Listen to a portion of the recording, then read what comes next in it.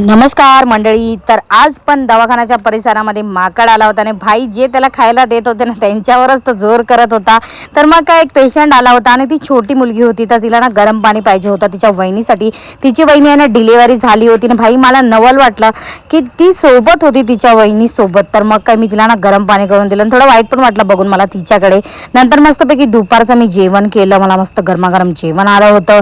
तर नंतरला ना मी आली होती जांभूळविरी एरियामध्ये. तर भाई इथे आल्यानंतर ना माझ्या आईच्या आठवणींना ताज्या झाल्या आणि थोडासा ना आमचा फ्लॅट बघून मला खूप दुःख पण झाला. तर आम्ही काही वर्षांपूर्वी इथे आमची छोटीशी फॅमिली या बिल्डिंगमध्ये आम्ही मस्त राहत होतो.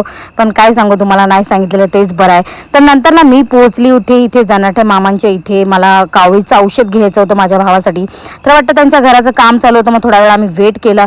मग काय आम्ही त्यांच्या वाड्यामध्ये इकडे तिकडे फिरलो थोडंसं. मस्तपैकी काजूची रोप वगैरे लावले होते आणि मस्त चिनी गुलाबाचं झाड होतं आणि त्याला छान अशी मस्त फुलं आली होती. तर मी तिथे ना जुन्या पद्धतीची एक वस्तू बघितली भाई, पण मला हा माहिती आहे जाताचं, पण त्याच्या भोवती ते काय आहे लाकडाचं ते नाही मला माहीत. तर तुम्हाला माहीत असेल ना तर मला कमेंटमध्ये नक्की सांगा. मग त्यांनी मला इथे औषध दिलं आणि ते मला सांगत होते की काय प्रोसेस आहे औषधाची. तर ते औषध आहे ना अर्धा तास अगोदर भिजत टाकायचं, मग त्याचं ना पाणी प्यायचं. तर हे औषध ना 4-5 वेळेस तर अगोदर मी ट्राय केलेलं आहे, याच्याने मस्त फरक पडतो.